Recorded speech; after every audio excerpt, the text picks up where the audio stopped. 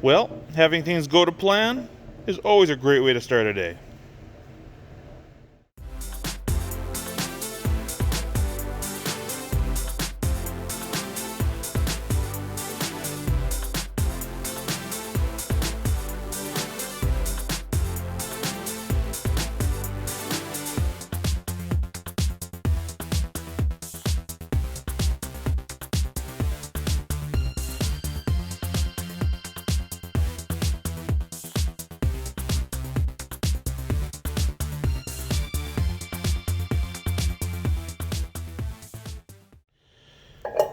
Welcome back, and as you can see, with a little bit of trouble, I got this shaft out. Man, what a mess. This is the hole here where the cross pin or the split pin goes, and yeah, somehow this spun inside this disc, so it's sheared off at some point, but man, this thing is corroded. I think the last owner of this thing was actually using it more for fertilizer than spreading seed or anything. Which is fine, but when you do use these spreaders for fertilizers, because of the nitrates and stuff in them, you really got to wash them out good. So we're going to get this over to the wire wheel, clean it up, and see if we can get that cross pin out. Now that I got it cleaned up, you can really see where that shaft was spinning inside there. Looks like there was this is double split pins. One large on the outside and then a small one in the middle to help hold it. I really don't like this idea. One, just hard to get out, and you got to pound those pins in. So when I'm done with this, I'll clean this hole up, and also the hole in the disc to whatever the next size is for a standard bolt, and I'll use a nut and bolt to keep that in there. Then I can easily pop it out when it's time to clean it if I'm using fertilizers or whatever. But we're going to run this over with the little flapper wheel a bit, clean it up, and then hopefully it'll be as simple as putting a punch and a hammer on this thing and pounding the remaining bit of that pin out. Not too bad. And there it is. So it was double pinned. Got the large outer pin, and then the smaller one that helps spread that out to hold it in there. To me, this is very unnecessary on these spreaders in my experience. This thing just spins loosely by hand. It's not like it's got high torque on it. So the only thing could be happen if you had a large chunk of fertilizer or something come through and jammed it up. But really, you should be sifting your fertilizer and at least looking for those big pieces. So this is not necessary to me. It'll just be a shear bolt is what I'm going to use. So it'll be like a grade 3 bolt that'll end up going through there. So now I'm going to clean up the cross hole, clean up inside this disc a bit so the shaft goes in better. And we're going to clean up those there, but also, I had to do a lot of beating on this thing to get it apart. So we're going to make it so that that bearing slides down this shaft perfectly, so we know that everything's good and straight and clean. And then we'll move on to the PTO parts.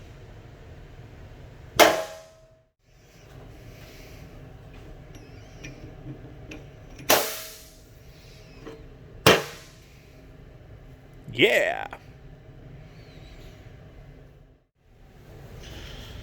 There, so I got that drilled out to a 5/16 hole, and it is just a hair movement, which is fine.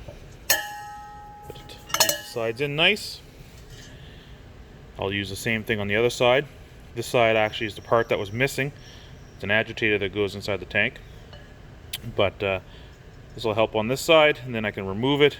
I'll be able to remove the inside one and be able to pull this shaft every couple times, probably after every time I use it, because you don't use a spreader that often, and clean it all out.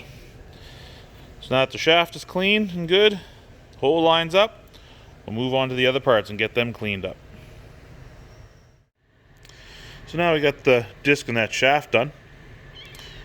Now we got everything else laid out here that we got to clean up. There's the PTO yoke end that was stuck. I lost, I don't know what happened to the video of that. And then also, I think I never really had the video of showing you pop these out. I did clean them up a bit, but we'll get to that more because we do more cleaning. But anyway, these are all the components for the spreader. So we'll get these cleaned up and see if we can start assembling this thing again.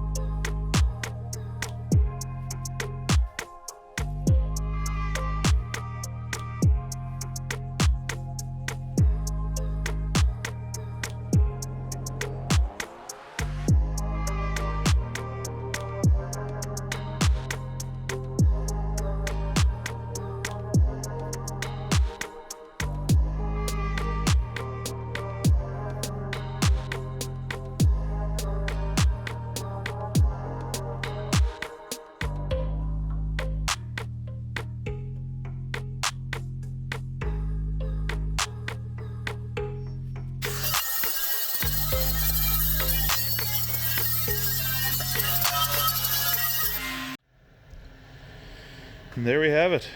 Most parts clean. Still got the main cone and the frame to do. But for now, these look good. And we're going to try to get a little paint on a few things. Mainly the throwers, the disc, paint the gearbox covers, and a couple other little things.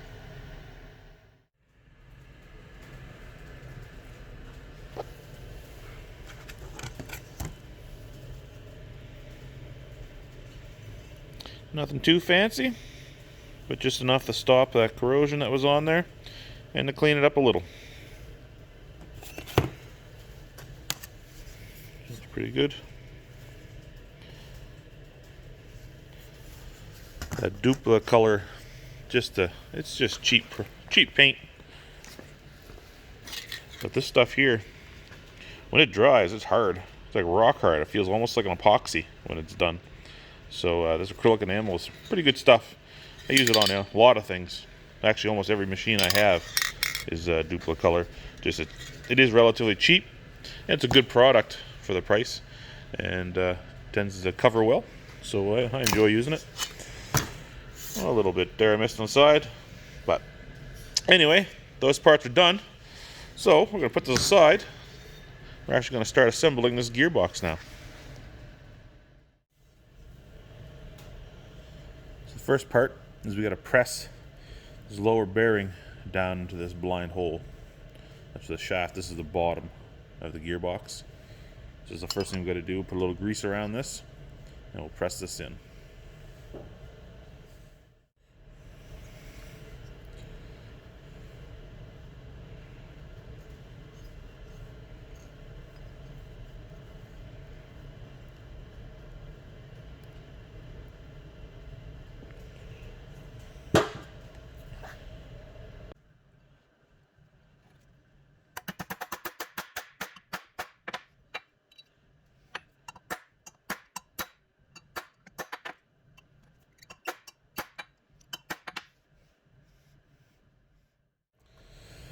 Now we get that bearing in.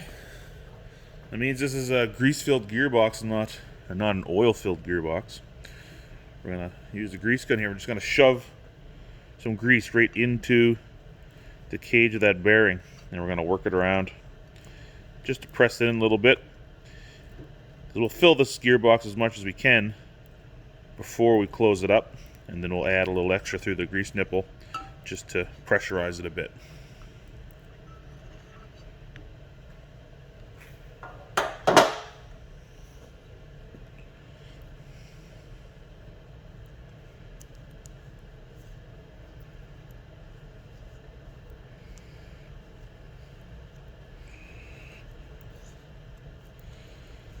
Just forcing it in there with our finger.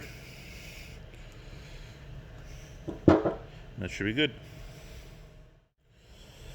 So now the upper half of the cover, which the shaft goes through, which is then going to be this one here, that goes to the spinner disc. This gets a bearing pressed in there as well too, but it's not a blind hole, so it uses a sealed bearing. There's a rubber cap that goes on here as well. So we'll get this together and I'll press this in the same way.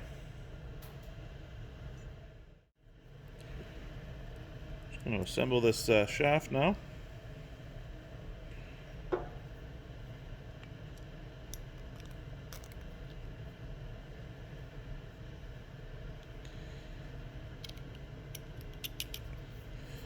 First, with this snap ring on. This is the one that's going to hold the worm gear. This is the one that seats at the bottom of that bearing. Oh, it was a little tough to get on. Then it did have a little thrust washer that come off it. Hopefully when I pressed on this thing and beat on this thing, it didn't stretch or flex these gear cases. So I'm going to put them back in the way they came apart, and then we'll check it if the tolerance is too tight or the two gears are binding. Then we'll have to take one out or adjust from there. There's a keyway.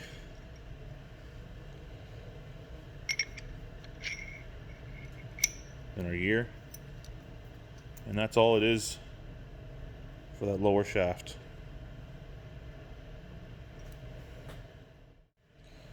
Now for the horizontal shaft, it uses the same open bearings like the bottom of that gearbox.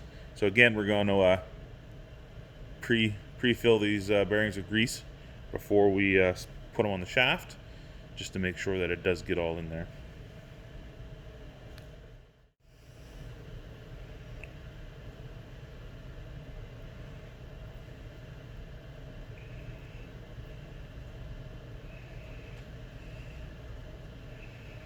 Just force that right in there best we can.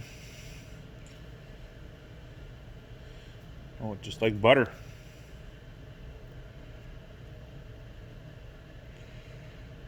Inside and all around the outside, just so it slides in there better. There's 2 of them done.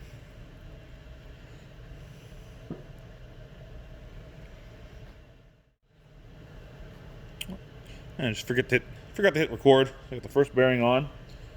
This one gets this large spacer which fits in this large gap here. Get the spacer first. Then another bearing. That's just gonna kind of ride between the two. Keyway. Then our gear, making sure that we're putting our gear on the correct way so it rides with the other.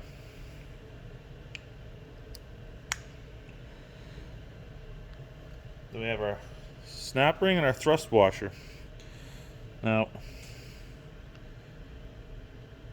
I don't know if I'm going to have room for that thrust washer, so I'm going to try to tap this together a little more, because right at this moment the snap ring is sitting tight to the worm gear, and it did, when I did take it apart, it did have this thrust washer, this spacing washer.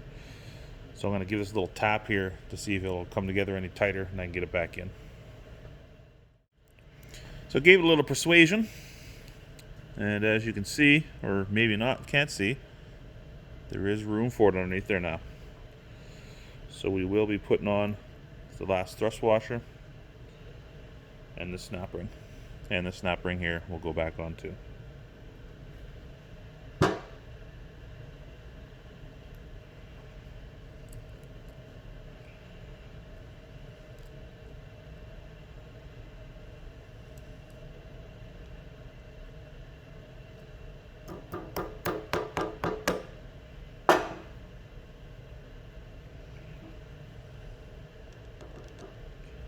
And it did seat, so that's perfect. There's our horizontal shaft assembly.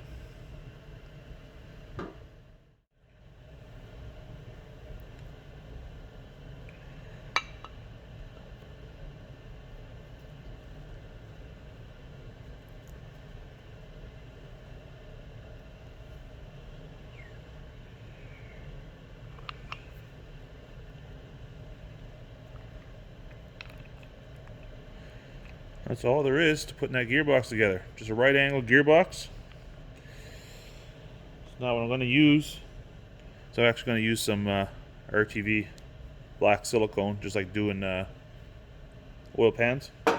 Just going to run that around this here half. Actually, I'll put it on this side. I'll press these two together.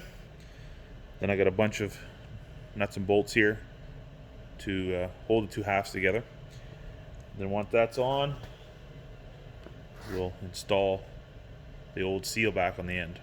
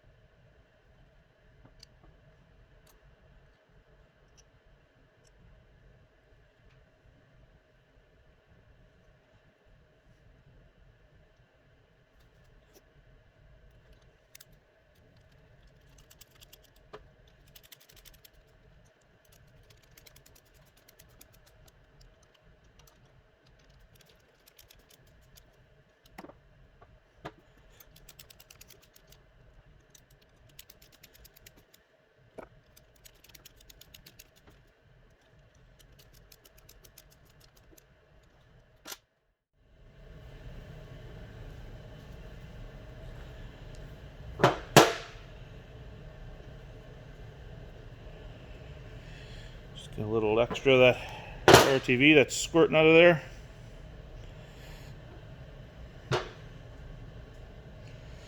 And as I'm doing this, I'm realizing that I forgot something. Anybody know what it was? Well, I was going to fill this case with grease before I put it together. I was going to pack it full by hand. Now this isn't a big deal. It's just that it would have been a lot easier to put it in scoops by hand than it is going to be to fill it up through a grease nipple.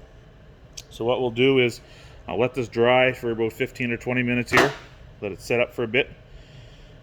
I'll put this in a vise with the grease nipple down. We'll start filling up with grease and we'll leave the oil seal out until we see the grease start to move on top of here. Like I said, it's not a big deal. It's just going to take a while for that to go through.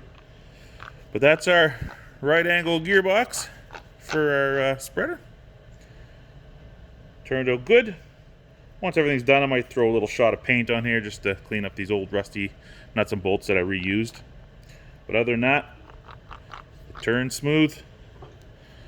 And there is just a touch of play in that box. But other than that, it's pretty good.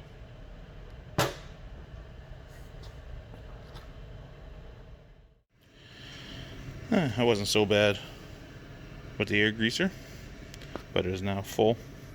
And you can see the grease made it all the way to the top and started squirting out.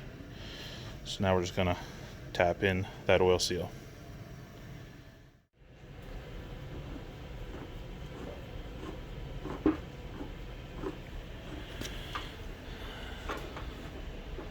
Seal is down in there nicely.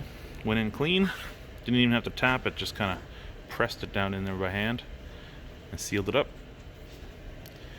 But that gearbox is done and working smooth. So that's the end of the video for this week. Next week we're going to jump onto that PTO shaft and see if we can reuse that cross kit. I am going to look for the other one just in case I can't find it, but I do think that I can use it and have faith that we can get her back together.